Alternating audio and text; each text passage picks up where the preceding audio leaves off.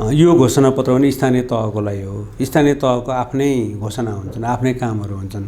त्यो भएर एमाले दुईटा पाटोमा घोषणापत्रले बनाएको छ। एउटा स्थानीय तहबाट जारी हुने प्रत्येक पालिका र वडा, त्यहाँ चाहिँ उहाँहरूले घोषणापत्र भन्नुभएको छैन, प्रतिबद्धता पत्र भन्नुभएको छ। हामीले 9 गते 753वटा पालिकामा एकैचोटि त्यसलाई सार्वजनिक गरेका छौँ र चाहिँ केन्द्रमा चाहिँ घोषणापत्र भनेका छौँ। स्थानीय तहमा गरिएको दुईटा पाटो बनाएको छौँ। अघिल्लो पाटोमा 5 वर्षमा आफूले काम गरेका ठाउँको गरेको काम के हो त्यसको विवरण राखेका छौँ र पछिल्लो पाटोमा अब गर्ने काम के हो त्यसको प्रतिबद्धता भनेर राखेका छौँ। त्यसको नाम प्रतिबद्धता पत्र भनेका छौँ। त्यो वडाको आफ्नै फेरस्त छ र चाहिँ पालिकाको आफ्नै फेरस्त छ। केन्द्रमा चाहिँ हामीले नीतिगत कुरा गर्ने हो, किन गर्ने काम त तल पालिकाले हो। त्यसो भएर केन्द्रमा चाहिँ हामीले जम्मा 7 भागमा हाम्रो घोषणापत्रलाई बनाएको छौँ। पहिलो भागमा हामी स्थानीय तहलाई किन महत्त्व दिन्छौँ र हामीले विगतमा के काम गरेका थियौँ भन्ने कुरा व्याख्या गरेका छौँ। त्यो म विवरणमा जान चाहन्न। स्थानीय स्वायत्त शासन ऐनदेखि लिएर अहिले चुनाव हुन्छ कि हुँदैन भन्ने दुविधा रहेको बेला चुनाव गर्नुपर्छ भने तहमा पुर्याउनु हामीले भूमिका खेल्यौँ भन्ने हाम्रो दाबी छ। त्यो दाबी मात्रै होइन, सही कुरा हो जस्तो लाग्छ। दोस्रो पाटोमा गएपछि यो जनादेश त 74 सालको जनादेश हो। 74 सालको जनादेश स्वतः सिद्धिनु पाउनु पर्थ्यो। यसलाई परमादेशले खण्डित गर्यो, विस्थापन गर्यो भनेर हामीले आफ्नो राजनीतिक विश्लेषण राखेका छौँ। तेस्रो पार्टमा हामीले परमादेशबाट नयाँ गठबन्धन बन्यो, केन्द्रीय सत्तामा त्यो आयो र प्रदेशका सरकारहरू पनि फेरिए। त्यसपछि के भयो भन्दाखेरि चौतर्फी सङ्कट र अप्ठ्याराहरू सिर्जना भयो भने हाम्रो दृष्टिकोण राखेका छौँ। त्यसपछि अर्को चौथो भागमा गएपछि हामीले चाहिँ स्थानीय तहमा 5 वर्ष गरेका कामका उपलब्धि र अनुभवहरूलाई राखेका छौँ। अनुभवहरू सुखद चुनौतीपूर्ण दुवै छन्। त्यो दुवै हामीले उल्लेख गर्ने प्रयत्न गरेका छौँ। धेरै संक्षेपमा राखेका छौँ त्यसलाई। र त्यसपछि अर्को भागमा हामीले चाहिँ हाम्रो दृष्टिकोण के हो त स्थानीय तहको विकाससँग सम्बन्धित, समृद्धिसँग सम्बन्धित भनेर राखेका छौँ। र 6औँ भागमा गएपछि बल्ल हामीले आफ्नो नीतिगत प्राथमिकता भनेर राखेका छौँ। 19वटा नीतिगत प्राथमिकता छन्। तपाईँले 5वटा भन्नुभयो होइन। पहिलो 5वटा प्राथमिकतामा पहिलोमा हामीले शिक्षा राखेका छौँ, दोस्रोमा स्वास्थ्य राखेका छौँ, त्यसपछि रोजगारी राखेका छौँ, 5औँ नम्बरमा कृषिलाई राखेका छौँ। त्यो हिसाबले क्रमशः गर्दै गएर पर्यावरणदेखि लिएर संरचनागत सुधारसम्मका कुराहरू 19वटा चाहिँ विभिन्न तहमा हामीले चाहिँ 19वटा विषय राखेका छौँ। अन्तिममा हामीले 6वटा चाहिँ प्रतिबद्धता राखेका छौँ। त्यसलाई चाहिँ हामीले 7औँ भाग भनेका छौँ। मोटामोटी हाम्रो घोषणापत्रको चाहिँ यो चाहिँ फ्रेमवर्क यसरी तयार भएको छ। त्यो नीतिगत कुरामा चाहिँ अब मैले 19वटा भने 19वटामा प्रत्येकका आफ्नै डिटेलिङहरू छन्। त्यो हामीले गर्नलाई पहल गर्ने कुरा राखेको छ। सबै पालिकालाई त्यसलाई चाहिँ गाइडलाइन्स मान भनेर भनेको छौँ हामीले। र यो 19वटा विषयहरू पनि मूलतः केमा आधारित छ भने संविधानको अनुसूची 8 र 9मा आधारित छ। अब किनभने हामीले बाहिरको कुरा बोल्न पाउँदैन, यो स्थानीय सरकारको कुरा हो। सरकार सञ्चालन गर्दा उसले सीमाभित्र बसेर गर्नु पाउनु पर्यो होइन। सेवा दिनको लागि त्यो कार्यविस्तृतीकरण रिपोर्ट र चाहिँ अनुसूची 8 र 9मा चाहिँ स्थानीय तहको 22वटा र साझा सूचीको 15वटा अधिकार, यी दुईटालाई जोडेर चाहिँ हामीले यो जम्मै कुरालाई चाहिँ व्यवस्थित गरेका छौँ। मोटामोटी भन्नुपर्दा चाहिँ संक्षेपमा त्यही नै हो। 5 वर्षको अनुभवमा अघिल्लो पाटोमा केन्द्रीय सरकारबाट गरेको कुरा तपाईँले भन्नुभएकै सही हो, सङ्घीय सरकारले गरेको कुरा नै राखेका छौँ हामीले। दोस्रो पाटोमा चाहिँ प्रदेश र स्थानीय तहले गरेको कामलाई राखेका छौँ। स्थानीय तहको त 753वटाको आफ्नै अनुभवहरू छन् नि त, त्यो सबै कुराहरू एउटा केन्द्रीय घोषणापत्रमा समेटिँदैन। त्यसै भएर मैले अहिले सुरुमै भने नि स्थानीय तहले आफ्नो कामको टोटल विवरण राखेका छन् उनीहरूको प्रतिबद्धता पत्रमा र बाँकी रहेका कामहरू यसरी गर्छौँ भनेर उनीहरूले प्रतिबद्धता पत्र भनेर राखेका छन्। अघिल्लोमा विवरण छ, पछिल्लोमा प्रतिबद्धता छ। त्यसकारणले गर्दा यो दुईटालाई नजोडिकन तपाईँले चाहिँ हाम्रो एमाले अहिले गरेको घोषणा र प्रतिबद्धता चाहिँ पूर्ण हुँदैन। जस्तो उदाहरणको लागि तपाईँले काठमाडौँ महानगर भनेर भन्नु पऱ्यो भने नीतिगत रूपबाट केन्द्रीय घोषणाले हेर्न पऱ्यो, अनि तलको हिसाबले हेर्दाखेरि चाहिँ त्यही दिन काठमाडौँ महानगरपालिकाले जारी गरेको प्रतिबद्धता पनि हेर्नु पऱ्यो। यो दुईटा जोडेपछि बल्ल त्यसले सेप लिन्छ। यसै गरी 753वटा पालिकाहरूमा चाहिँ हामीले माथिको नीतिगत प्राथमिकता भयो, त्यो प्राथमिकतालाई चाहिँ तलको हाम्रो प्रतिबद्धता यो भनेर गरिएको छ। त्यो हिसाबले जोडेका छौँ हामीले। 10 चोटि दोहोऱ्याउँछौँ, 20 चोटि दोहोऱ्याउँछौँ, किनभने गरेको कुरा त भन्नु छ नि त।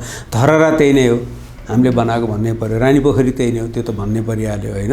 7 लाख 8 लाख चाहिँ निजी घरहरू बनाइयो पुनर्निर्माणको माध्यमबाट, त्यो त भन्नै परिहाल्यो। 40 करोडभन्दा बढी श्रमदिन सिर्जना गरियो, त्यो त भन्नै पऱ्यो। यिनै कुरा पछि पनि भन्यो, अहिले पनि भन्यो, पछिसम्म भन्दै जाने हो। 51 सालमा सुरु गरेको आफ्नो गाउँ आफ्नै बनाऊ अहिले पनि भन्ने छौँ नि हामीहरूले होइन। त्यो चाहिँ गरेका प्रणाली जे सुरु गरियो प्रणालीको कुरा स्मरण गराउनुपर्छ मान्छेहरूलाई। हामीले 55 सालको स्थानीय स्वायत्त शासन ऐन पनि भनिरहेको छौँ नि त। गरेका जम्मै ल्यान्डमार्कहरू दोहोऱ्याउँदै जाने हो। त्यो चाहिँ धेरै डिटेल हुँदैन, छोटो हुन्छ। त्यसपछि अब के गर्छ त भन्ने कुरा हो। यहाँले सोध्नुभएको प्रश्नमा चाहिँ म के चाहिँ कन्फेस गर्छु भने 74 सालमा हामीले स्थानीय तहको घोषणा जारी गर्दाखेरि हामीमा चाहिँ 20 वर्षको ग्याप थियो। 54 सालमा स्थानीय तहको चुनाव भएको थियो, स्थानीय निकायको चुनाव भएको थियो। त्यसपछि 59बाट भोइड भयो, कर्मचारीले चलाउँदै आए। 74मा आएर फेरि स्थानीय तहको चुनाव भयो। गाविसको अनुभवबाट पालिकाको अनुभवमा आउँदैथ्यौँ हामी होइन। शक्ति चाहिँ विकेन्द्रीकरण गरेको ठाउँबाट हामी शक्तिको हस्तान्तरण गरेको तहमा आउँदैथ्यौँ। त्यसमा हाम्रा अनुभवका पनि कमीहरू थिए। त्यसो हुँदाखेरि कतिपय कुराहरूमा हामीले सोचेको भन्दा पृथक पनि लेख्यौँ होला, हाम्रो बुझाइको कमी पनि थियो होला। अहिले त्यसलाई सच्याएका छौँ होइन। जस्तो तपाईँले वित्त आयोगबाट चाहिँ अनुदानहरू बाँड्ने फर्मुला के होला, त्यतिखेर फर्मुला नै बनेको थिएन।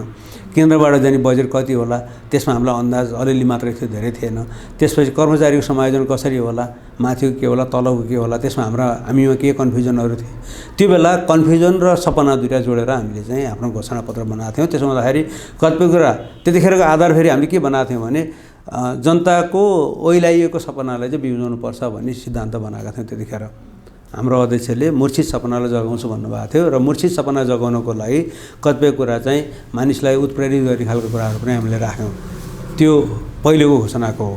अहिले हामी धरातलमा त्यसपछि उभियौँ। हामीले उत्प्रेरित गरेका कुराहरू कति अहिले लागू भए, कति सुरु भए, कति सुरु हुनै सकेनन् होइन। सुरु हुन नसक्नेका कारण पनि हामीले राखेका छौँ। जस्तो संरचनागत रूपले हामीलाई कहाँ कहाँ अप्ठ्यारो पार्यो त्यो पनि लेखेका छौँ। हाम्रो अहिलेको घोषणामा संरचनागत ढङ्गले सुधार गर्नुपर्ने कुरा के हुन् त्यो पनि लेखेका छौँ। त्यो हुँदाखेरि चाहिँ अहिले चाहिँ भनेको अनुभव र चाहिँ सपनाको फ्युजन हो। पहिलेको चाहिँ भनेको सपना र चाहिँ अब आकाङ्क्षाको चाहिँ फ्युजन थियो होइन। आकाङ्क्षा त ठुलो राख्नु पाउने भइयो। अहिले व्यवहारमा ओर्लिँदाखेरि अनुभव र चाहिँ अब गर्ने कामको चाहिँ फेरि अहिले जोडिरहेको छ। अब तपाईँले सोध्नुभयो भने भोलि प्रतिनिधि सभा र प्रदेश सभाको चुनावमा पनि हामी व्यवहारमा आधारित भएरै त्यो कुरामा जान्छौँ। 3 वर्ष चाहिँ हामीले हाम्रो नेतृत्वमा प्रदेश चलाउँदाखेरि पाएका अनुभव र गर्न सकेका कामलाई जोडेरै जान्छौँ हामीहरू। त्यही नै कुरा हो। अब काठमाडौँमा क्रिटिकल मास छ, अलिक सचेत मास छ, उसले चाहिँ कुन ठाउँमा चाहिँ समातेर अप्ठ्यारो पार्न सकिन्छ भनेर सोध्ने गर्छ। जनताहरू जो स्थानीय तहमा बस्नु भएको छ उहाँहरूले रियालिटीले हेर्नुहुन्छ। हिजोका दिनमा बाटाहरू थिएनन्। अहिले तपाईँले प्यारललमा चाहिँ 4वटा राजमार्ग देख्नुहुन्छ। हुलाकी राजमार्ग अलपत्र थियो 3 वर्षको अवधिमा। यद्यपि यो केन्द्रले गरे हो, केन्द्र र प्रदेश र चाहिँ स्थानीय तहको जोडिएको छ। हुलाकी राजमार्गले तराईमा चाहिँ जीवनमै नयाँ परिवर्तन ल्याएको छ। पूर्व पश्चिम राजमार्ग, महेन्द्र राजमार्ग जुन भन्थ्यौँ हामीले, पूर्व पश्चिम राजमार्ग स्तरोन्नति भएर गएपछि पहिलेको भन्दा फराकिलो भएको छ। त्यसलाई मान्छेले परिवर्तन देख्छन्। मदन भण्डारी राजमार्ग र पुष्पलाल राजमार्गले लिएको गतिको आधारमा राजमार्ग नै पहिला एउटा थियो भने 4वटा अहिले हुन गएको छ। एमाले यति चाहिँ गर्न सकेछ भन्ने मान्छेले बुझ्छन् नै। राजमार्ग र सदरमुकाम जोड्ने, तराईका सदरमुकाम जोड्ने बाटाहरू पहिलेको 4 वर्ष 5 वर्ष अगाडि र अहिलेकोमा आकाश जमिनको फरक छ। गर्छ भन्ने काममा यति चाहिँ गरेछन् भनेर मान्छेले रियालिटीका आधारमा बोल्छन् जस्तो मलाई लाग्छ। तपाईँले भन्नुभएको रेलको सन्दर्भमा हामीले अहिले डिपिआरसम्म बनाउन सक्यौँ, सम्झौतासम्म गर्न सक्यौँ। हामी त त्यही नै भन्छौँ, ढाँट्नुपर्ने जरुरी नै भएन नि। पहिला सपनाको तहमा थियो, गएर हामीले चाइनिजहरूसित चाहिँ उत्तर दक्षिण रेलको कुरा गऱ्यौँ। भारतीयसित गएर चाहिँ दक्षिण काठमाडौँ रेलको कुरा गऱ्यौँ। केरुङ काठमाडौँ र चाहिँ यो चाहिँ रक्सौल काठमाडौँको रेलको कुरा गऱ्यौँ। पहिलेदेखि नै प्लानमा रहेको थला परेर बसेको जयनगर जनकपुर रेलको चाहिँ सञ्चालनको प्लान गऱ्यौँ। यी जम्मै त तथ्य नै हुन् नि। डिपिआर बनेका छन् उत्तर दक्षिणको पनि। रेलको कुरा पनि प्रणालीको कुरा हो। जस्तो हामी रेलको चाहिँ पहिला गाउँले भाषाभन्दा बढी लाइन र छोटी लाइन भनेर बुझ्थ्यौँ। भारतीय भाषै प्रयोग गर्थ्यौँ, हिन्दी भाषै प्रयोग गर्थ्यौँ। ब्रोड गेज र चाहिँ स्ट्यान्डर्ड गेज भनेर अहिले आएको छ होइन। ब्रोड गेज र स्मल गेज दुवैका कुरा पनि आछन्। कुन चाहिँ प्रणाली ल्याउने त बसमा पनि धेरै समय गयो नि। काठमाडौँसम्म रेल ल्याउने भनेको काठमाडौँले मात्र रेल बनाउने त होइन नि, तलदेखि तान्देर मात्रै आउनु पर्यो।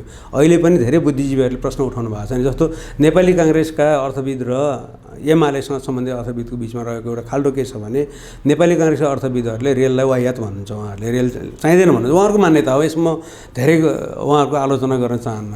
मलाई र एमालेसँग सम्बन्धित रहेका बुद्धिजीवीहरूलाई विश्वास के छ भने मास ट्रान्सपोर्टेसनको रूपमा रेल नभए हुँदैन भने छ। यो हाम्रो सोचाइको भिन्नता हो। यो सोचाइको भिन्नताभित्र कन्भर्ज गर्नु जरुरी छ कि मिलाप हुनु जरुरी छ कतै न कतै। त्यसमा धेरै बहस भएका छन् नि त। जस्तो भारतमा तत्कालीन प्रधानमन्त्री भ्रमण जाँदाखेरि मलाई नेपाली काङ्ग्रेसकै कतिपय अर्थविद नेताहरूले, मेरो जिल्लामा थुप्रै हुनुहुन्छ नेपाली काङ्ग्रेसका डाक्टरी गर्नुभएको नेताहरू, उहाँहरूले विष्णुजी जम्मै थोक गरे पनि रेल चाहिँ नगरौँ है भनेर सम्झाउनुहुन्थ्यो। त्यो मित्रवत कुरा हो त्यो। उहाँहरूले आफ्नो दृष्टिकोण राख्नुभयो। रेलमा गर्ने खर्च चाहिँ बाटोमा खर्च गरौँ न भन्नुहुन्थ्यो। हामीलाई के लागेको थियो भने रेलले जति काम गर्छ त्यति चाहिँ बाटाले गर्दैन। बाटो चाहिँ धेरै बढाउनै सकिँदैन नेपालको सन्दर्भमा। मास ट्रान्सपोर्ट र 24 आवर चाहिँ पब्लिक ट्रान्सपोर्ट भयो भने जनताहरूले साना गाडी पनि किन्दैनन्, त्यसपछि गएपछि मोटरसाइकल पनि चढ्दैनन्, रेलमै दौडिन थाल्छन्।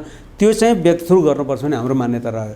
त्यसकै लागि हामीले नीति बनाउन थाल्यौँ। हो, अब हाम्रो चाहिँ बिचमा हाम्रो बुझाइ, हाम्रो काम गराइमा चाहिँ कहाँनिर चाहिँ खाडल परेको छ भन्दाखेरि चाहिँ हामीले चाहिँ सोचेको हिसाबले सबै संरचना दौडाउन सक्छौँ भन्ने सोच्यौँ। हाम्रो प्रधानमन्त्रीले त्यही सोच्नुभयो, उहाँको वरिपरि रहेका हामीले त्यही सोच्यौँ। तर हाम्रो नीतिगत कुराहरू, ब्युरोक्रेसीहरू भनेको हाम्रो तहमा दौडिने खालका थिएनन्, धेरै कुरा परिवर्तन भएको थिएन। त्यसले गर्दाखेरि काममा स्लो भयो। डिपिआर बन्ने ठाउँमा चाहिँ लिक नै खन्न थाल्न सकिन्छ भने हामीलाई लागेको थियो, डिपिआर मात्रै बन्यो। हामीले त्यो एउटा टेन्डर गरेर नै रोक्यौँ नि। पूर्व पश्चिम रेलमार्गको काकडभिट्टाबाट कोशीसम्मको त टेन्डर कलै गरिएको थियो नि। पछि हामीले के देख्यौँ भने त्यहाँ पुल पनि बनाउनै बाँकी छ, त्यसपछि बर्दिवाससम्म जोड्नलाई कतिपय जग्गा अधिग्रहण गर्न नि बाँकी छ। त्यो थाल्ने कामले चाहिँ पहिला जग्गा अधिग्रहण पो गर्ने हो कि भन्ने पुग्यो, हामीले क्यान्सल गरिदियौँ त्यसलाई।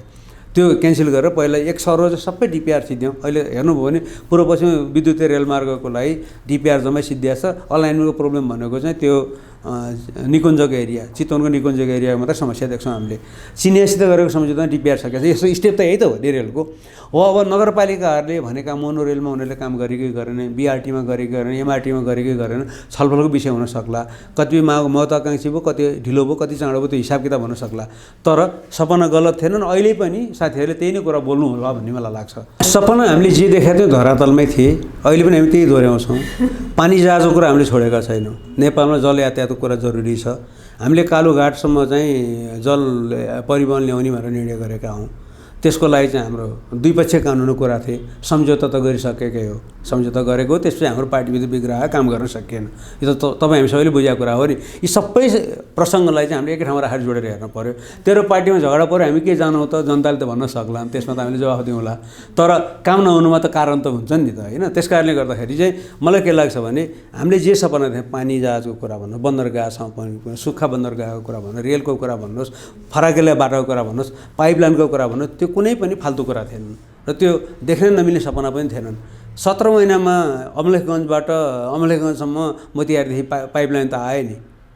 2 दशकदेखि छलफल गरिरहेको थियो, हामीले गरे हो, हामी नै थियौँ राजनीतिक, यहीँ थियौँ, गरे हो, गर्न सकेका थिएनौँ। तर शिलान्यास गरेको 17 महिनामै, 24 महिनाको प्रोजेक्ट 17 महिना समाप्त त भयो नि, होइन? हुँदो रहेछ नि त। देखेका सपनाहरू धरातलमा थिए, इच्छा शक्ति भयो भने काम गर्न सकिँदो रहेछ भने त त्यसले देखायो। तपाईँले हेर्नुभयो भने पहिला प्रत्येक ठाउँमा चाहिँ यो चाहिँ मालबाग चाहिँ रेलबाट चाहिँ ल्याएका सामानहरू भन्सारमा कहाँ जाँच गर्ने, के गर्ने भन्ने समस्या हुन्थ्यो। हरेक ठाउँमा चाहिँ चेक हुने हैरान थियो हाम्रो व्यापारीहरूलाई। अहिले त विशाखापट्टनमबाट हिँडेपछि सिधै रक्सलमा आएर एकैचोटि उतारिदिन्छ नि त, होइन? हाम्रो ड्राई पोर्टसम्म आउँदाखेरि कहीँ पनि चेक गर्नु पर्दैन, त्यो त गर्न सक्यौँ नि त हामीले। यी जम्मै कुराहरू गरिएका कामहरू हुन्। हामी के बिर्सिन्छौँ भने प्रत्येक वर्ष गरेका कामको फेरि सरकारले राख्दै लिएर गयो। त्यतिखेर त सरकारले गरेर राम्रो काम राम्रो भन्यो भने त सरकार टिक्ने भयो, टिप्पणी गर्ने नै भइहाले। 3 वर्षपछि हामी हट्यौँ। अब त्यो सम्झिने फुर्सद कसैलाई पनि छैन, किन सम्झिने? अनि त्यसपछि अब कुन चाहिँ भएको छैन, खोजी त्यसमा प्रश्न गर्दा मजा आउने, प्रश्न गर्नेहरूलाई हामी जवाफ दिनेहरूलाई चाहिँ कहाँ मजा आउने भन्दाखेरि पहिला गएर सम्झाउनु मजा आउने। अहिले हाम्रो बिचको ग्याप पनि यहाँनिर देख्छु मैले। त्यही पनि गरेको थिएन नि त, नि त। भोलि गएपछि यसो काम नलाग्ने हुनसक्छ। जस्तो सुत्केरी आमाले छोरी पाउनेले 15,000 दिने निर्णय गर्यो कुनै पालिकाले। जब 15,000 दिने के मतलब? हामी यत्तिकै अहिले मोमो खाएर सिधाइदिन्छ भन्न सक्छौँ हामी काठमाडौँमा बसेर। त्यो 15,000 को अर्थ छ। त्यहाँ छोरी पाउनेले 15,000 पाउने भनेको 15,000 रुपियाँ लिएको होइन नि। छोरी पाउनु भनेको अपराध होइन, गर्वको कुरा हो, गर्व गराउनु खोजेको सामाजिक परिवर्तनको कुरा त हो नि यो त, होइन? सेनिटरी प्याड बाँड्ने भनेको कुरा के ठुलो कुरा भयो र भन्ने लाग्न सक्छ नि। त्यसले त एउटा रेभोल्युसन गरे हो नि। तराईमा ढल बनाएको 420 किलोमिटर चाहिँ ढल बन्यो, के तर्क चाहियो र? ढल त बन्नै पर्थ्यो नि। बनाएको ठाउँ त मतलब भएन, नबनेको ठाउँमा त्यसले त एउटा स्वरूप नै फेर्दै नि। पहाडमा जानुहोस् तपाईँ 32वटा जिल्लामा जहाँ हामीले भूकम्पपछि पुनर्निर्माण गऱ्यौँ, प्रत्येक ठाउँमा नक्सा पास गर्दाखेरि टोयलेट घरभित्र हुनुपर्ने विधि बनाइयो। यही काठमाडौँ सहरमा पहिला मैले घर बनाउँदाखेरि समयमा पनि, त्यो भनेको 50 सालसम्म कुरा गर्दैछु म, त्यो बेलासम्म पनि काठमाडौँको मान्छेले घर बनाउँदा भर्याङ मुनि टोयलेट राख्ने चलाउँथ्यो जमिन जोगाउनको लागि। त्यहाँ चाहिँ पिट ल्याट्रिन बनाउने हो, होइन? खाल्टो खन्ने हो, सेफ्टी ट्याङ्क त्यहीँ मुनि राख्ने हो, भर्याङ मुनि यसो निहुरेर गएर टोयलेट गर्ने ठाउँ बनाइन्थ्यो। बाथरुमको कन्सेप्ट नै थिएन। अहिले भुइँचालो गइसकेपछि 32वटा जिल्लामा त प्रत्येक गाउँलेको घरभित्र टोयलेट अनिवार्य गरियो नि। त्यसले त परिवर्तन ल्यायो नि। यो जम्मै कुराहरू हेर्दा साना लाग्छन्, परिवर्तन भएको छ। त्यो कुरा भन्दाखेरि हामी अलि फराकिलो ठाउँमा बसेकाहरूले सामान्य कुरा लेखा जस्तो लाग्छ। गाउँमा त्यसले रेभोल्युसन गरिरहेछ कि त्यही नै कुरा हामीले जोड्न खोजेको हो। जस्तो हामीले सोधेका छौँ कि म एउटा उदाहरण दिन्छु यहाँलाई। हामीले अहिले प्रतिबद्धता पत्र बनाउँदाखेरि चाहिँ पालिकाका साथीहरूलाई सोध्यौँ, तपाईँको गाउँमा जनताले सम्झिने एउटा राम्रो काम के हो भन्नुहोस्। मैले 3टा पनि भनेको छैन, हाम्रो पार्टीबाट हामीले एउटा राम्रो काम भन्नुहोस् भन्यौँ। त्यसो अर्को हामीले क्ल्यु दियौँ के कारणले, किन शिक्षा त स्थानीय तहमा गयो, के कारणले सामुदायिक विद्यालयमा विद्यार्थी आउँदैनन् र निजी विद्यालयमा विद्यार्थीहरू चाहिँ लाम लागेर जान्छन्। उनीहरूले के गरेछन् र त्यहाँ लाम लागेर गए। हाम्रो सामुदायिक विद्यालयमा चाहिँ के कारणले चाहिँ आएनन् त? शिक्षक नभएर हो कि, ड्रेस नभएर हो कि, अङ्ग्रेजी नबोलेर हो कि, के हो? प्रश्न गऱ्यौँ हामीले। उहाँले किसिममा जवाफ दिनु। अनि तपाईँहरूले चाहिँ के गर्नुभयो भन्दाखेरि एउटा पालिकाको उदाहरण दिन्छु। उहाँहरूले हामीलाई बजेट व्यवस्था पनि थिएन, विधिभित्र पनि पर्दैन थियो। हामीले चाहिँ आउटसोर्स गरेर चाहिँ इङ्ग्लिस पढाउने मास्टर राख्थ्यौँ। त्यस कारणले गर्दा हाम्रोमा अहिले यो सामुदायिक विद्यालयमा पढ्ने विद्यार्थी चाप बढेको छ, बरु निजी विद्यालयमा विद्यार्थी कम हुन थाल्यो भन्नु। त्यो त चेन्ज हो नि। हामीले समाजवाद उन्मुख भन्दा साथै निजीलाई त हामी प्रतिबन्ध त लाउन सक्दैनौँ। हामीले गर्न सक्ने कुरा के हो भन्दाखेरि सार्वजनिक संस्थाहरूप्रति जनताको विश्वास जगाउने हो नि त। त्यसपछि नै समाजवादको प्र्याक्टिस गर्न सक्ने हो, आधार बन्ने हो। त्यो नै कुरा हामीले गऱ्यौँ। यही नै कुरा अहिले हामी जनतालाई भनिरहेका छौँ। मान्छेलाई जो मन परेको छ है, हामी ठुलो भनौँ न अलि फराकिलो हिसाबले सोच्नेहरूलाई यो गाउँका सानसानो कुराहरू जस्तो लाग्न सक्छ। तर अब अहिले स्थानीय तहको कुरा गर्दाखेरि त हामीले यिनै कुरालाई चाहिँ महत्त्व दिएर हेर्ने हो नि त। अब म एउटा श्रृङ्खलामा नै बताउन चाहन्छु। जस्तो हामीले शिक्षाको कुरा गर्दाखेरि 2टा कुरा गर्ने गरेका छौँ। शिक्षा चाहिँ एउटा रोजगारीसँग जोडिनुपर्छ भनेका छौँ। रोजगारीसँग जोडिनु भनेपछि प्राविधिक शिक्षा जरुरी भयो। प्राविधिक शिक्षा पढेर मात्रै भयो भने त्यसले प्र्याक्टिस गर्न पाउनु पऱ्यो। अन्त जब ट्रेनिङको कुरा आयो, अहिले त हामीले पढ्दै कमाउँदै भन्ने शब्द पनि प्रयोग गरेका छौँ। अरू ठाउँमा पनि भएको छ, व्यवहारमा पनि आइसकेको छ। सबभन्दा पहिलोचोटि यो चाहिँ लुम्बिनी प्रदेश सरकारले ल्याएको थियो नारा होइन, हाम्रै नेतृत्वमा त्यो बेला लुम्बिनी सरकार। अहिले पछि त अब केन्द्रीय सरकारहरूले बोल्न थालेको छ। त्यस कारणले गर्दा सबैले लिए राम्रो कुरा भइहाल्यो। यो चाहिँ भनेको कामसँग शिक्षाले जोड्ने कुरा। पढ्न जान्दछ, काम गर्न जान्दैन भन्ने त्यो अन्त गर्न हामीले यो गऱ्यौँ। दोस्रो चाहिँ भनेको चाहिँ एउटा तहसम्म राज्यले शिक्षा दिने, त्यसपछि चाहिँ हुनेले एउटा खालको पढ्छ। जस्तो हामीले चाहिँ प्राविधिक शिक्षालाई चाहिँ बढी महत्त्व दिउँ भनेर भने 70-30 को कुरा गऱ्यौँ। यद्यपि सबै ठाउँमा 70-30 पर्फेक्टली लागु भएको छैन।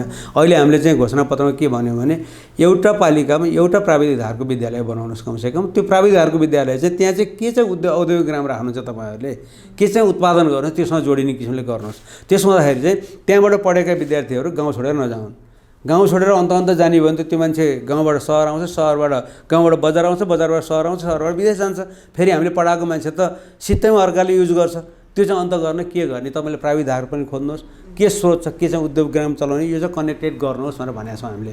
गर्ने त त्यही नै हो। मलाई लाग्छ सबै दलहरू, जुनसुकै दलले स्थानीय तह चलाए पनि यो विषयमा चाहिँ जोडेर लिएर जानुपर्छ भन्ने हो। दोस्रो विषय स्वास्थ्यको कुरामा पनि हामीले श्रृङ्खलामा बोल्नुहोस् भनेका छौँ।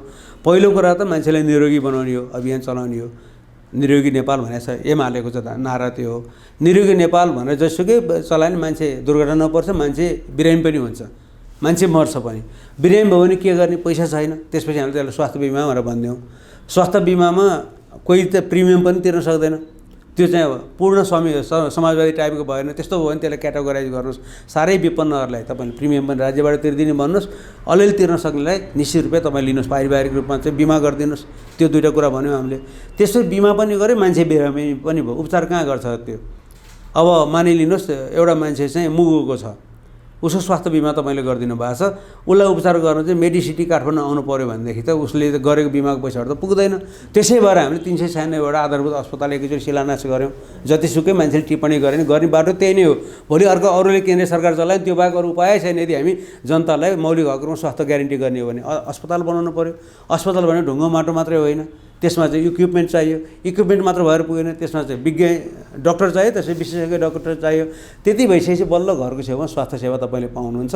अनि मान्छेले सिस्टमप्रति विश्वास गर्छ। त्यही नै श्रृङ्खला हामीले, यो श्रृङ्खला हाम्रो नीतिगत मान्यता भएको कारणले गर्दा पालिकाहरूले तपाईँको अस्पताल छ कि छैन हेर्नुहोस्, स्वास्थ्य चौकी छ कि छैन हेर्नुहोस्, स्वास्थ्य केन्द्र छ कि छैन हेर्नुहोस्, छ भने त्यसमा इक्विपमेन्ट छ कि छैन हेर्नुहोस्, इक्विपमेन्ट पनि छ भने डाक्टर छ कि छैन हेर्नुहोस्, नर्स छ कि छैन हेर्नुहोस्, डाक्टर नर्स पनि छन् भने विशेषज्ञ छ कि छैनन्। विशेषज्ञतामा फेरि कतिपय ठाउँमा फरक रोग लाग्छ। तराईमा जानु भने डेङ्गुको प्रकोप होला, पहाडमा भएपछि अर्कै रोग होला। त्यो अनुसारको चाहिँ मान्छे छन् कि छैन त्यो हेर्नुहोस्। हामीले त्यही नै दिएका छौँ र हाम्रो स्थानीय तहले त्यही अनुसारको आफ्नो प्रतिबद्धता पत्र बनाएका छन्। हाम्रो नारामा एक घर एक रोजगारी भनेर मात्रै त्यो ल्याएन। हाम्रो संविधानले सरकारले के निर्देशित गर्छ, जोसुकै सरकारमा आए पनि अहिलेको गठबन्धन सरकारले पनि त्यही नगरी उपाय छैन है। हामीले कम्तीमा बेरोजगारहरूलाई हामीले के रोजगारी दिनु पर्यो। रोजगारी कति दिने भने अहिलेको क्यापासिटी अनुसार 100 दिनको रोजगारी ग्यारेन्टी भनेर भनेका छौँ। 100 दिन रोजगारी दिन सकिँदैन भने बेरोजगार भत्ता दिनु पर्यो भनेपछि राज्य त कम्पलसरी राज्यले केही न केही त गर्नु पर्यो नि। हामीले पनि एक घर एक रोजगारी भनेका थियौँ। त्योभन्दा पर चाहिँ बेरोजगार छन् भने बेरोजगारलाई कम्तीमा 100 दिनको रोजगारी ग्यारेन्टी गरेर संविधानले हामीलाई निर्देशित गर्यो। बेरोजगार भत्ता दियो भने त त्यही त हो नि। अनि हामीले के गर्यौँ, प्रधानमन्त्री रोजगार कार्यक्रम सृजना गऱ्यौँ, एउटा कार्यक्रम बनायौँ। अब कसलाई रोजगारी दिने भन्दा केन्द्रबाट फलाना दियो भनेर त भएन नि। अनि हामीले प्रत्येक पालिकाहरूमा रोजगार सूचना केन्द्र राख्थ्यौँ, त्यसमा कम्प्युटर चलाउने मान्छे राख्थ्यौँ, सिस्टम राख्थ्यौँ। र हामीले पालिकाहरूले के भन्यौँ भने यो वर्षको यो समयसम्ममा तपाईँको पालिकाभित्र बेरोजगार कति छन् रेकर्ड राखिदिनुहोस् भन्यौँ। उनीहरूले पठाएको बेरोजगारहरूलाई अनि हामीले दुईवटा अप्सन दियौँ। तपाईँको पालिका एरियामा कुनै निर्माणका काम भएको छ कि छैन, कुनै परियोजनाहरू चलेका छन् कि छैन, जहाँ चाहिँ तपाईँका बेरोजगार रहेका मान्छेलाई खपत गर्न सकिन्छ। छन् भने तिनीहरूले त्यहीँ लगाउनु, छैनन् भने नजिकको पालिकामा हामी त्यसलाई ट्रान्सफर गर्छौँ। त्यो पनि छैन भने हामी तपाईँलाई मिनिमम वेज 100 दिनको दिनुहोस् भनेर पैसा पठाइदिन्छौँ भन्यौँ हामीले। त्यो गरेर त त्यही त हो नि, होइन? त्यसो गर्दाखेरि म 2 वर्षको अनुभवको पहिला बताउँछु, तेस्रो वर्षको मैले क्यालकुलेट गरिनँ। प्रधानमन्त्री रोजगार कार्यक्रम अन्तर्गत पहिलो 2 वर्षमा 22 लाख श्रम दिन बराबरको रोजगारी हामीले दियौँ। त्यसपछि अर्को पनि तथ्याङ्क म बोल्न सक्छु। हामीले प्राधिकरण राष्ट्रिय पुनर्निर्माण प्राधिकरणबाट 40 करोड श्रम दिन बराबरको रोजगारी सृजना गऱ्यौँ है। त्यसमा 10 लाख त हामीले चाहिँ अध्यक्ष श्रमिकलाई नै काम लगायौँ, 1 लाख चाहिँ हामीले दक्ष श्रमिकलाई नै काम लगायौँ, 6000 त हामीले इन्जिनियरलाई नै तालिम दियौँ। यो त राज्यले गरेर त्यही त हो नि। त्यसबाट 1 देखि 3.5% त जिडिपीमा ग्रोथमा पनि त्यसले कन्ट्रिब्युसन गर्यो। यो जम्मै राज्यका कामहरू त यसै गरी जोडेर आउने हो नि। अब प्रश्न सोध्नु होला तपाईँ, स्थानीय तहको सोध्दैछ त फेरि त केन्द्रकै भन्छस् भन्नु होला। यो चाहिँ केन्द्र र स्थानीय तह प्रदेश यसै गरी जोडेर जान्छ, यसरी नै गर्ने कुरा हो। मैले 19वटा विषयमा भनेको छु। शिक्षामा अहिले नै भनिहालेँ, पहिलो शिक्षामा ड्रप आउट रोक्ने हामीले प्रयत्न गरेका थियौँ र धेरै हदसम्ममा चाहिँ विद्यालय छोड्ने बालबालिकाको सङ्ख्या घट्यो। यसलाई निरन्तरता दिने हो, होइन? अहिले पनि त्यही निरन्तरता दिने हो। दोस्रो चाहिँ विद्यालयको सन्दर्भमा अर्को एउटा कन्सेप्ट हामीले अहिले अगाडि बढाइरहेका छौँ। अहिलेको हामीले नीतिगत गाइडेन्स के गरेका छौँ भन्दाखेरि शिक्षकहरूमा चाहिँ लगानी बढी हुनु पऱ्यो कि अब्बल शिक्षक चाहिँ चाहियो विद्यालयमा। अब्बल शिक्षक भएन भने भएन। हामी कहाँ अहिले समस्या के छ भने प्राइभेट विद्यालयहरू धेरै खुल्या छन्, नाम चलाइएको छ, ती विद्यालयहरू लोगो छ। हरेक बाबुआमाहरूले चाहिँ आफ्नो सन्तानलाई नाम चलेको ठाउँमा पढाउन चाहन्छन्। थोरै पैसा छ भनेदेखि पनि जसोतसो गर्न चाहन्छन् उनीहरूले। मानिलिनुहोस् एउटा मान्छे बानेश्वरमा बस्छ, बानेश्वरमा त्यस्तै विद्यालय छ त्यहाँ पढाउँदैन, उसले पठाउँछ कहाँ भन्दाखेरि बुढा नीलकण्ठतिर पठाइदिन्छ। त्यो ट्रान्सपोर्ट पनि मिल्दो भएन। हरेक देशमा जहाँ चाहिँ शिक्षा चाहिँ स्थानीय तहले चलाएको छ, टोलभन्दा क्रस गरेर जान साथै त्यहाँ चाहिँ बढी खर्च लाग्ने अथवा चाहिँ पेनलाइज गर्ने चलन छ। अनि पालिकाहरूले चाहिँ आफ्नो ठाउँको चाहिँ विद्यालयमा लगानी बढी गर्ने, लगाएका करका धेरै पैसा हालेर त्यसलाई अब्बल बनाउने गरेका छन्। त्यो मोडेल दुनियाँभित्र चलेको मोडेल हो। हाम्रा पालिकाहरूलाई पनि त्यही तरिकाले शिक्षालाई गुणस्तर बनाऊ भनेर हामीले भनिरहेका छौँ। त्यो अहिले भनेको प्राविधान पनि त्यहाँ आउँछ, 30-70 को कुरा पनि त्यहीँ आउँछ र काम कमाउँदै पढ्दै भने पनि त्यहीँ लागु हुन्छ। यी जम्मै कुन विधि गर्न सक्छ त्यो गर, माथिको ओभरअलमा त्यो गर। बाल शिक्षादेखि होइन सानो त्यो बालमैत्री विद्यालय बनाएर यो चाहिँ प्ले ग्रुपदेखि लिएर माध्यमिक शिक्षासम्म त्यही तरिकाले लिएर जाउँ। त्यो चाहिँ किनभने हामीले फ्री नै गर्न अनिवार्य शिक्षा गर्न खोजेका छौँ। त्यो अनिवार्य गरेर लिएर जाने, त्यही हिसाबले प्रत्येक पालिकाले काम गर भनेर भनेका छौँ। शिक्षाको यो पाटो भयो। स्वास्थ्यको मैले धेरै दोहोऱ्याउनु पर्ने, अहिलेकै कुराहरू चाहिँ फेरि पनि निरन्तरता दिने भनेका छौँ। हामी एमाले भएर बोल्दा चाहिँ के भन्छौँ भने हामीले शिलान्यास गरेको 396वटा आधारभूत अस्पताल 5 देखि 15 बेडसम्मको, जसमा पहिले नै स्थानीय तहलाई हामीले बजेट चाहिँ तल पठाएका थियौँ, फिर्ता नहुने गरी पठाएको बजेट हो। त्यो शिलान्यास भयो कि भनेको चाहिँ काम थालियो कि थालिएन, थालियो भने पुरा गरियो कि गरिएन, गरिया छैन भने जितरामा त यसलाई पुरा गर्छौँ। पुरा गरिसकेपछि त्यसमा इक्विपमेन्टको कुरा गर्छौँ, त्यसपछि विशेषज्ञ डाक्टरसँग पुर्याउँछौँ र परिकल्पना गरेको स्वास्थ्य बिमालाई पुरा गर्छौँ भन्ने हो। हामीले 130वटा जति 130-40वटा जति औद्योगिक ग्रामको कुरा गरेका थियौँ। हाम्रो कन्सेप्ट के हो भने पालिका तहमा ग्राम बन्नुपर्छ। औद्योगिकरण सबभन्दा फेद भनेको चाहिँ ग्राम हो, औद्योगिक ग्राम बनाउने हो। त्यहाँ चाहिँ स्थानीय कच्चा पदार्थ आधारित र सिप आधारित उद्योग धन्दा हुने, त्यसलाई बजार खोजिदिने हो। त्योभन्दा माथि जानसाथ औद्योगिक क्षेत्र बनाउने हो। पालिकामा औद्योगिक क्षेत्र सम्भव छ कि छैन त्यो हेर भनेका छौँ हामीले। अनि औद्योगिक क्षेत्रभन्दा पर गएपछि हामी निर्यातमूलक उद्योग क्षेत्र र विशेष आर्थिक क्षेत्रको परिकल्पना गर्छौँ। विशेष आर्थिक क्षेत्र भनेको खास गरी ट्याक्स र कानुनका पनि कतिपय कुरालाई खुकुलो बनाएर त्यहाँ चाहिँ उत्पादन गरेर निर्यातको लागि गर्ने हो। निर्यातमूलक उद्योग क्षेत्र त सिमानामा बनायो, त्यो हामी कहाँ अहिले छैन। यो कुरालाई यो कनेक्सनमा जोडिने गरी पालिकाहरूले चाहिँ औद्योगिक चलाऊ भनेर भनेका छौँ। पहिला 29वटा मात्र क्रियाशील भएको छन् 140 मध्ये हामीले परिकल्पना गरेकोमा। हामी सरकारमा आउँदा हाम्रो पालिकाहरूले यो सबै ठाउँमा बनाउनुहोस् भन्ने हाम्रो छ औद्योगिकरणको सन्दर्भमा। कृषिको सन्दर्भमा प्रधानमन्त्री कृषि आधुनिकीकरण कार्यक्रमलाई जोडेका छौँ। यसमा दुईवटा पक्षलाई हामीले जोडेका छौँ। एउटा चाहिँ यो भूमि बैंकको कन्सेप्टलाई अगाडि सारेका छौँ, त्यसलाई बुझाउन सजिलोको लागि। फेरि यो क्यापिटलिस्ट वेभ हो भनेर नै भन्छन् कि साथीभाइहरूले। हामीले चाहिँ के भनिरहेको छौँ भन्दाखेरि एउटा त कानुनको अभाव छ। जस्तो म नुवाकोटको मान्छे हुँ, म काठमाडौँ बस्छु, पार्टीको केन्द्रीय काम गर्छु, मेरो परिवारमा मेरो बाआमा बितिसक्नुभयो, म एक्लो छोरो, अनि म श्रीमतीसहित काठमाडौँ बस्छु, मेरो सन्तान पढ्दैछन्, उनीहरू गाउँमा गएर काम गर्दा मेरो जग्गा त बाँझो हुने भयो नि, कि कसैले कमाउनु पऱ्यो, होइन भने बाँझो नै रहने भयो। यस्तो म जस्ता मान्छेका जग्गाहरू जति छन् त्यो चाहिँ पालिकाले भूमि बैंक अन्तर्गत लैजाओस्, मलाई उसले रोयल्टी दियोस्।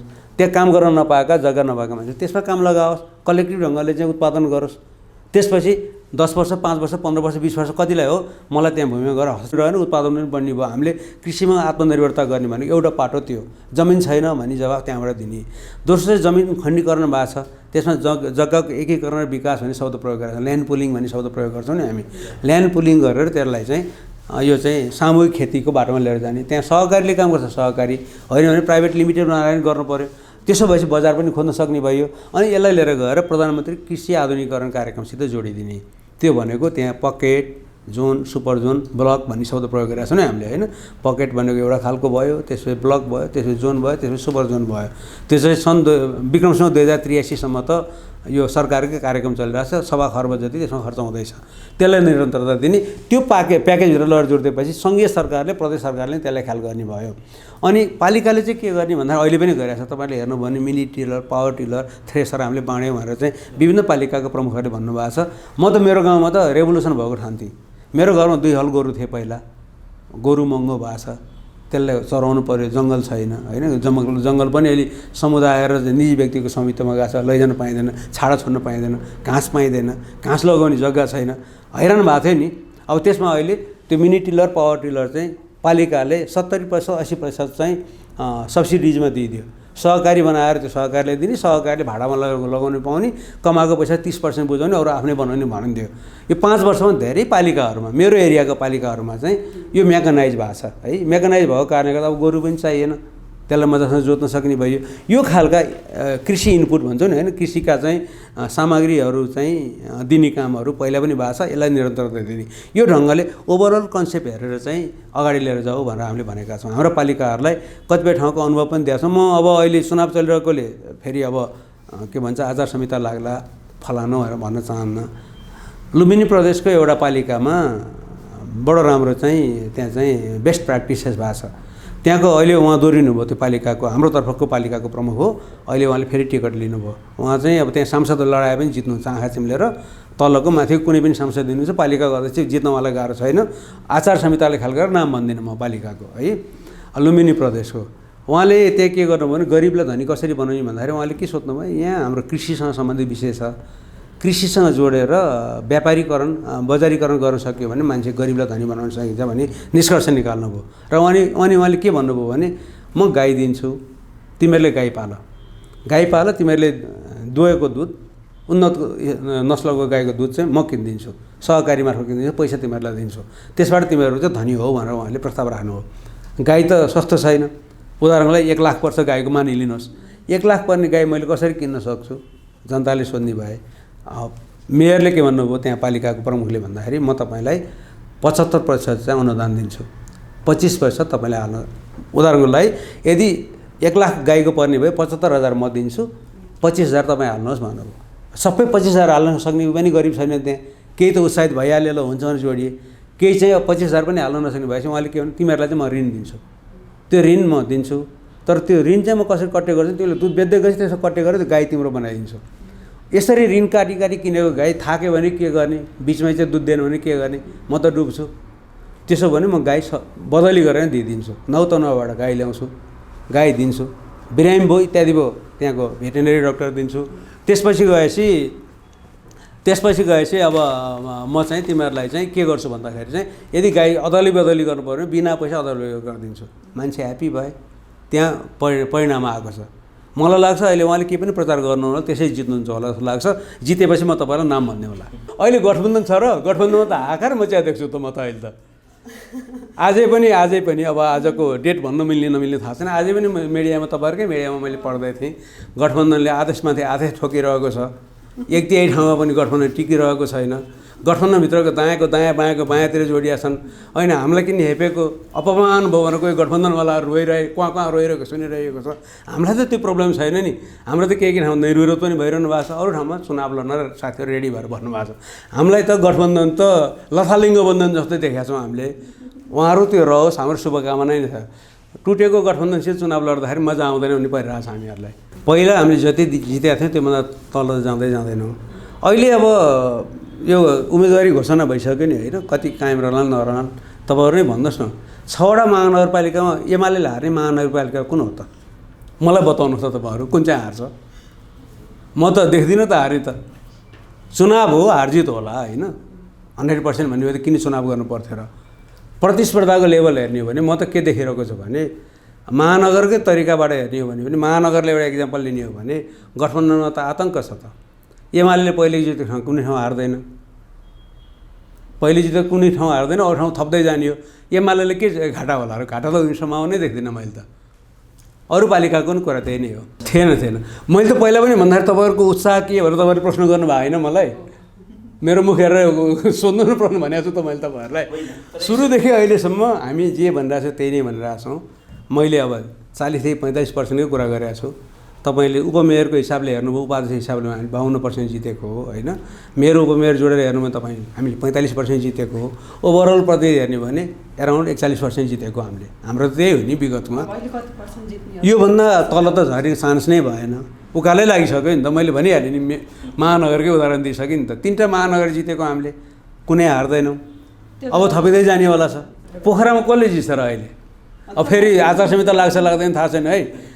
कृष्ण थापा बाहेक अरू कसैले जित्छ र पोखरामा मेयरमा? प्रेसर भएन होइन। यस्तो रह्यो, तपाईँको कुरालाई म यसरी लिउँ न, तपाईँले सुन्नुभएको कुरालाई मैले ठिक ढङ्गले बुझा भए। चौतर्फी हमला कसरी ठेक्ने भन्ने चिन्तामा थियो कि एमाले भन्ने पनि, त्यो त अवश्य थियो। त्यो सबैतिरबाट हमला थियो हामीलाई होइन। त्यो हमलालाई हामीले ठेक्दै आयौँ। अब केशव स्थापितकै भाषामा भन्दा game is over, we are waiting for result, त्यति मात्रै हो। हामी अहिले के भाषा प्रयोग गरिरहेका छौँ भने, पार्टीको हिसाबमा हामी नम्बर 1 रह्यौँ। अहिले पनि पार्टीकै रूपमा देखेको त नेपाली काङ्ग्रेस पनि हो। अब यो मुलुकलाई पार्टी एउटा बलियो भएर मात्रै पुगेन, राष्ट्रिय शक्ति बलियो चाहियो। राष्ट्रिय शक्ति बनाउने क्रममा हामी छौँ। अरू गठबन्धन बनाउने तहमा छन्। एकातिर राष्ट्रिय शक्तिको रूपमा उदाइरहेको एमाले हो, अर्कोतिर चाहिँ गठबन्धनको रूपमा रहेका पार्टीमा सीमित भएका अरू दलहरू हुन्। राष्ट्रिय शक्ति बनाउनुलाई हामीले के भन्यौँ भने, जो हामीसित मिल्नुहुन्छ तपाईँहरू सूर्य चुनाव चिन्ह लिएर आउनुहोस् भनेर भन्यो। चुनाव चिन्ह हाम्रो आउनुहोस् भन्दै गयो। अधिकांश ठाउँमा हाम्रै चुनाव चिन्हमा विभिन्न व्यक्ति आउनु भएको छ। ल भन्नुहोस्, म उदाहरण दिन्छु नि। नुवाकोटको एउटा चाहिँ पालिका जहाँ चाहिँ नेपाली काङ्ग्रेसको ठुल्ठुला नेताहरूको पालिका हो, त्यहाँ उहाँहरूले पहिले जित्नु भएको पालिकाको प्रमुख नै यहाँ आएर मेरै हातबाट खादा लाएर जानुभयो। त्यहाँ एमाले र काङ्ग्रेस बिचमा प्रतिस्पर्धा भएको, थोरै भोटले हामीले हारेको हो। अहिले हामीले पहिलेकै पराजित भएको क्यान्डिडेटलाई टिकट दिनु खोजिरहेको थियौँ। जितेको क्यान्डिडेट सहित टोली नै हामीसित प्रवेश गर्नुभयो। अब एमाले बाहेक शक्ति नै देखिएन, राष्ट्रिय शक्ति चाहियो भन्दै आउनुभयो र उहाँलाई नै ल तपाईँ चुनाव लड्नुहोस्, हाम्रो साथीले तपाईँलाई साथ दिनुहुन्छ, तपाईँ पनि अब एमाले नै भइहाल्नु हो भन्यो। यो तरिकाले हामी अहिले शक्ति विस्तारमा लागिरहेका छौँ। यो अभियान भनेको राप्रपा नेपालले सूर्य चिन्हमा चुनाव लड्ने, परिवार दलले सूर्य चिन्हमा चुनाव लड्ने भनेको शक्ति निर्माणको अभियान हो। एउटा अनुभव हामीले हृदय त्रिपाठीजीहरूसित पहिला मिलेर गरेका छौँ। उहाँहरू छुट्टै पार्टीको मान्छे हुनुहुन्थ्यो, तर चुनाव चिन्ह सूर्यमा किनेर चुनाव लड्नुभयो, लोकल चुनाव होइन। त्यसबाट हामीलाई केही पनि घाटा भएन, उहाँहरूले घाटा महसुस गर्नु भएन। हृदयजीले आफ्नै पार्टी बनाउनु भएको छ, हामीलाई कुनै चिन्ता छैन। तर उहाँसँग आउनुभएको अधिकांश साथीहरू अहिले एमाले नै बन्नुभयो होइन। त्यो कारणले गर्दा शक्ति विस्तार गर्ने यो बाटोमा जानुपर्छ भन्ने एमालेको कुरा हो। त्यस कारणले गर्दा यसलाई चाहिँ अब कोही नपाएर फुच्चेफाचे पार्टी लिएर गठबन्धन चाहिँ बनाइहाल्नुभयो, अरू ठुल्ठुलाले बनाएको गठबन्धनलाई गाली गर्नुहुन्छ भन्ने भाषामा साथीहरूले नबुझिदिनुहोस् भन्ने मेरो आग्रह हो। अनि 74 सालको भोटको काउन्ट गरेर तपाईँले आकलन गर्नुभयो भने तपाईँको प्रक्षेपण गलत हुनेवाला छ। अहिले धेरै परिवर्तन भएको छ। म एउटा रिपोर्ट बताइदिन्छु, कन्फिडेन्सियल रिपोर्ट है। सर्वेको स्रोत बताउँदिनँ, कुनै दिन साथीहरूले ल्याउला, उनीहरूले माइन्ड गर्छन् होला यो सुनेपछि। हामीले 35 लाख अहिले जुन नयाँ भोटर आए उनीहरूको एउटा सर्वे हेरेका थियौँ। कुनै समय आउँछ, अब अहिले बाहिर ल्याउन पाइँदैन होला सम्भवतः आचार संहिताको कारणले गर्दा। त्यसमा चाहिँ फर्स्ट रोजेको पार्टी कुन भन्दाखेरि 58%ले एमाले भनेछन् यङहरूको। त्यो हामीले गरे होइन है, मैले हेरेको रिपोर्टमा। अनि कङ्ग्रेसलाई जम्मा 20%ले रुचाएका छन्, 8%ले माओवादीले रुचाएका छन्। अन्य भनेर त्यो घासघुसभित्र हाम्रो तपाईँले भन्नुभएको समाजवादी भन्ने पार्टीहरू पनि मिसिया छन्। स्थिति त्यही हो। तीनतिरबाट क्वेसन सोधिएको छ। एउटा करलाई भोट हाल्छस् भन्ने भनेको छ, अर्को चाहिँ भनेको मर्यादा के अरे प्राथमिकता क्रममा 1 2 3 4 भनेर पार्टीको नाम भन्दा नि यही नै रिजल्ट छ। यो 7वटा प्रदेशमा हामीले हेरेका छौँ। 165वटै निर्वाचन क्षेत्रमा गरिएको सर्वे हो। यो स्याम्पल साइज सानो होइन, ठुलो साइज हो। अहिले मैले त्यो जम्मै भन्न मिल्दैन, आचार संहिता लाग्छ मलाई पनि, सर्वे छैन यताउति ल्याउनु पाइँदैन भनिन्छ। यो एउटा एक्जाम्पल दिन खोजेको। यसले त तपाईँले भन्नुभएको त्यो अब 100 200 300 मतान्तर भनेको त्यो 74 सालको कुरा हो होइन। यो 78 79 सालको कुरामा यो म्याच गर्दैन। जुन 35 लाख नयाँ भोटर आउनु भएको छ, त्यो नयाँ भोटरहरू भनेको डिसाइडेड पनि हो र चाहिँ त्यसको झुकाव भनेको कुनै पनि हिसाबले मलाई लाग्छ नेपाली काङ्ग्रेसको नेतृत्वको गठबन्धनतिर छैन। यदि गठबन्धन आफै लथालिङ्ग छ त्यसले के भन्ने। अहिले कतिवटा सिट जित्यो त निर्विरोधमा काङ्ग्रेसले? एउटा पनि आएको जस्तो लाग्दैन। रुझान त्यसबाट बुझ्नु परेन, बरु माओवादीको 1-2वटा आएको जस्तो आयो होइन। माधव नेपालको पार्टीको हुम्लामा आएर पनि सुनियो होइन, त्यो चाहिँ सुनियो।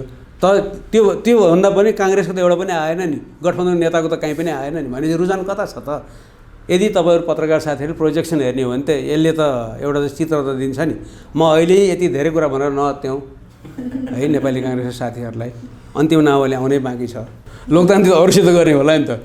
अनि त्यहाँ काङ्ग्रेस छँदै थियो नि त, जम्मै मर्या थियो त काङ्ग्रेस त्यसो भए त्यहाँ। त्यसो भए त झन् ठिक भयो नि त, देशभरि त काङ्ग्रेस रहँदै रहेछ त। देशभरि एमाले रहेछ, काङ्ग्रेस चाहिँ केही ठाउँमा रहँदै रहन्छ भन्ने निष्कर्ष निक्लिनु भयो नि। यो प्रश्नलाई मैले फलो गर्ने हो भने त्यस कारणले गर्दा होइन, तपाईँ हाम्रो कुनै पूर्वाग्रह रहेन, आग्रह पनि रहेन कि। रियालिटी त यही त हो। काङ्ग्रेस पार्टी भनेको कुनै समय इतिहासमा साह्रै ठुलो पार्टी, पुरानो पार्टी, लोकतन्त्रको अगुवा पार्टी हो। अहिले काङ्ग्रेस भनेको दिशाहीन, विचारहीन, निष्कर्षहीन, लक्ष्यहीन पार्टी हो।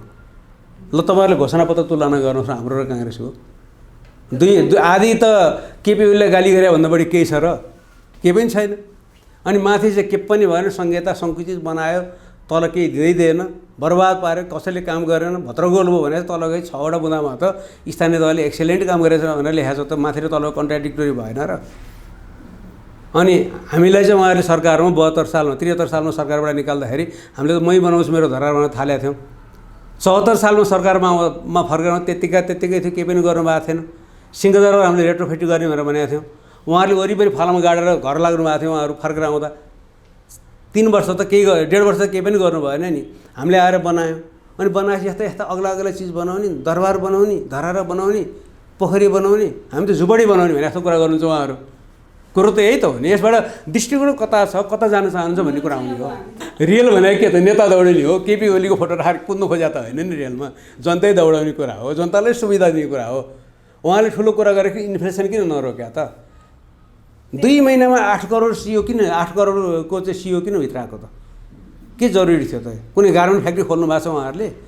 अनि 800-900वटा गाडी अहिले चाहिँ एलसी बन्द गर्दा ल्याउने किन तयारी गरे त उहाँहरूले? त्यो जनताकै कुरा, त्यो गाउँका जनता, गरिब जनताले चढ्छन् त त्यो गाडी, त्यसको पनि जवाफ त दिनु पर्ला नि त। हामीले त इन्फ्लेसन 3% भन्दा तल उपभोक्ता मूल्य सूचकाङ्क सप्रेस गरेर गएको थियौँ। अहिले कति पुगेको छ भन्नु त? त्यो चाहिँ इन्फ्लेसन, मुद्रास्फीति, त्यो त त्यहीँबाट बुझिन्छ। भन्ने कुरा र गर्ने कुरामा फरक छ। हुन त काङ्ग्रेसको चाहिँ मैले चाहिँ के भन्ने गर्छु भने उहाँहरू पनि समानताको कुरा गर्नुहुन्छ। उहाँहरू असमान समानताको पक्षपाती हो कि। असमान समानता भनेको के हो? म धनी भएँ भने तिमीलाई रोजगारी दिइहाल्छु, तिमीले पनि खाना पाइहाल्छु, यही हो समानता भन्ने खालको हो त्यो। हामी त्यस्तो भन्दैन, समाज बिस्तारै जम्मै उठाउनुपर्छ भन्छौँ। फरक त्यही हो नि त। घोषणै छैन भने नि हुन्छ। अब माओवादी पार्टीले त भन्नै परेन, माओवादी केन्द्रले त घोषणै नगर्ने भयो, त्यो स्वाभाविक हो। फेरि प्रचण्डजीहरूले घोषणा गर्नु जरुरी नै छैन कि, घोषणापत्र ल्याउनै पर्दैन उहाँहरूले। किन भन्नु होला भने कुन दिन एमालेसित मिलेर काम गर्ने हो, कुन दिन काङ्ग्रेससित मिलेर काम गर्ने हो। काङ्ग्रेससित मिल्दा काङ्ग्रेसको घोषणा ठिक, एमालेसित मिल्दा एमालेको घोषणा ठिक। गठबन्धन रहेसम्म काङ्ग्रेसको घोषणा अन्तर्गत चल्ने। त्यसमा काङ्ग्रेस संहिता विरोधी हो त तपाईँको तर्क अनुसार होइन नि त। उनीहरूले नि त स्थानीय तहबाट त प्रतिबद्धता त बाहिर ल्याएको छ। प्रतिज्ञापत्र भन्नुभएको छ एकजना महामन्त्रीले काङ्ग्रेसको, ठिकै भन्नुभएको छ, त्यो शब्द प्रयोग गर्नु पाइयो होइन। प्रतिबद्धता हामीले भने उहाँले प्रतिज्ञापत्र भन्नुभयो, ठिक छ, शब्द जे प्रयोग गरेर गर्ने कुरा भन्ने हो। आफूले के गर्ने भने भइहाल्यो। उहाँहरू काङ्ग्रेससित मिसे, काङ्ग्रेसको प्रतिज्ञापत्रमा जाने हो। कुनै कारण भुलवश एमालेतिर मिल्न आउनुभयो भने उहाँहरूले हाम्रो प्रतिबद्धता पत्रमा हिँड्ने हो। अब माधव नेपालहरूले ल्याउनु भएको घोषणा कसैले मतलबै गरेन, किनभने जसले 25% नै क्यान्डिडेट दिन सक्दैन देशभरिमा, त्यसको घोषणा कसले सुन्छ? बरु बालेन शाहको घोषणा सुन्छ युवाको कुरा हो भनेर। माधव नेपालले किन सुन्नु पर्यो? कुरा त्यही हो नि।